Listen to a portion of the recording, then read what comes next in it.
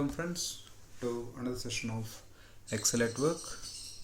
In this session we will see how to have sort of a subtotal for a given set of criteria from a larger data set.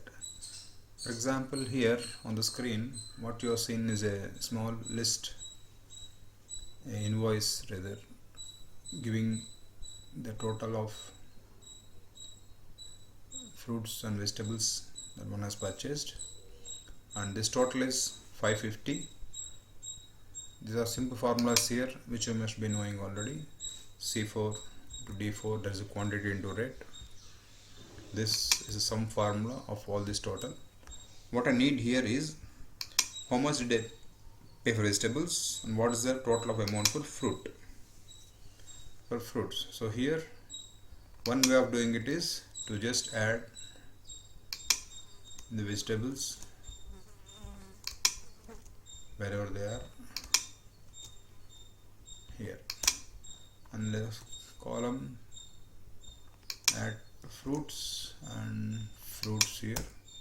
This is just a check formula to ensure that these subtotals are tallying with this amount here. Fine. But then your botanist friend comes along and says tomato is a fruit. Total doesn't of course change, but then in the vegetable section you have to remove the reference to tomato, which is F8, and then add F8 to the fruit subtotal. So total again tallies, all is well. Your spouse comes and says vegetable. So rather than coming to here changing the formula every time the data type changes, is the easy method to ensure that this total changes automatically when the data type changes here? Yes.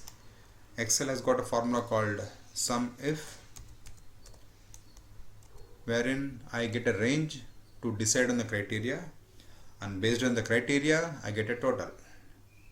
Here the range is this, the criteria is vegetable, and then the sum which I want is here.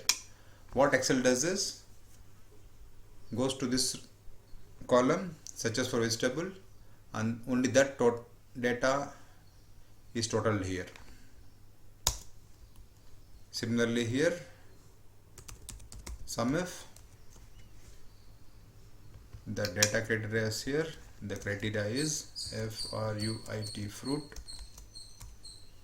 and the sum is again from here to here.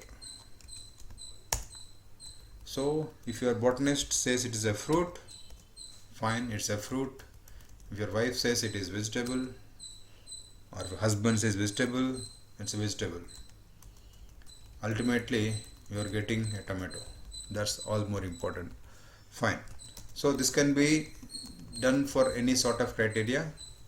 If suppose you are in books need to classify, you need to classify fiction, non-fiction, just put the type of data here and then change the data here, you will get it.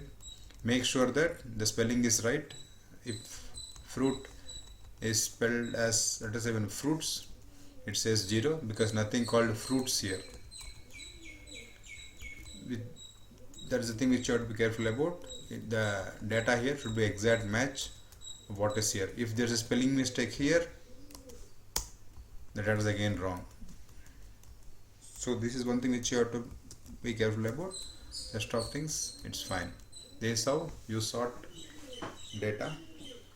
Not sort data, you get the data based on a given set of criteria. Thanks for watching. Hope this has refreshed your memory in case you are using it earlier, or if you are not using it, you have learned something new today. Congratulations on that. If you find this useful, share it with your family and friends so they and you will excel at work. Thanks for watching. Keep coming back. Please like and subscribe. Thank you.